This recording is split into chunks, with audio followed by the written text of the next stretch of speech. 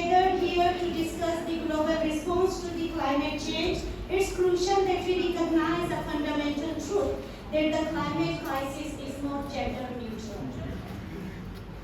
Through my experiences in Balochistan, from the harsh terrains of Tuba Kakari to the rage of plains of Noshki and Jaframan, I have seen firsthand how women and girls bear a disproportionate burden of climate impacts. Let me paint a picture for you of what I have witnessed in the aftermath of the devastation of floods that struck Pakistan in 2022. I traveled with a dedicated team of volunteers, including Fatima Khilji, Sharmeen Khilji, and Daksha Begal. We traveled treacherous landscapes like Tuba Kakari, often on the backs of donkeys, to reach communities cut off from aid. What we found was heart-wrenching.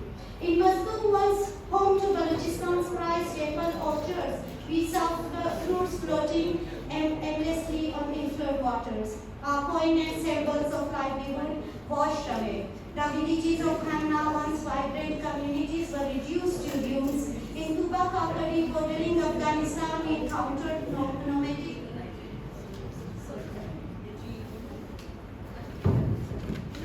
families who had lost everything: their homes, their livestock, their way of life. By amidst this widespread devastation, it was the plight of women and girls that stood out most starkly. We witnessed what in Persian is called nang, a state of extreme deprivation where women and children lack even the most basic necessities like clothing or shoes. This wasn't an isolated incident, but a widespread condition that laid bare the pre-existing inequalities and vulnerabilities in the region. What became evidently clear through our relief work was that when poverty intersects with gender and ethnic or religious identity, it creates a perfect storm of vulnerability. The women we encountered weren't just facing the immediate impact of the floods, they were grappling with systematic inequalities that the climate crisis had brutally exposed and exacerbated.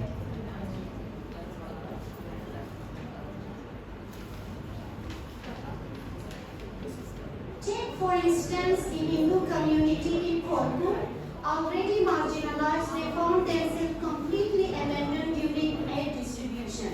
A Hindu woman from Derabuti shared with us how she was denied ration and support from some NGOs and government aid agencies simply because of her religion and identity.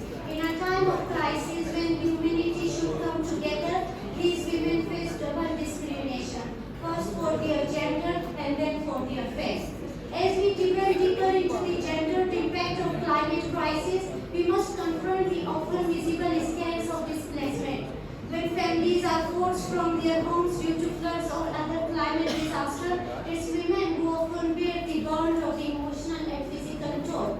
In the makeshift camps and temporary shelters we visited, we saw women struggling to maintain dignity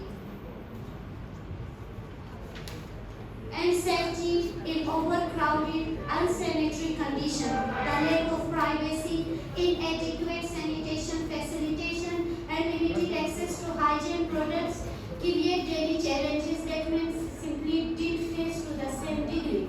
Moreover, the psychological impact of displacement on women was palpable. Many had lost not just their homes but their sense of identity and purpose. Mothers worried consistently about their children and health and future.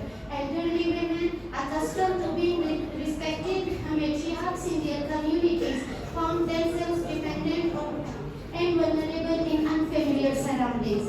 One of the most pressing issues we encountered was the severe health crisis facing women and girls in the aftermath of flood. The breakdown of healthcare system combined with pre-existing gender inequalities in access to healthcare created a perfect storm to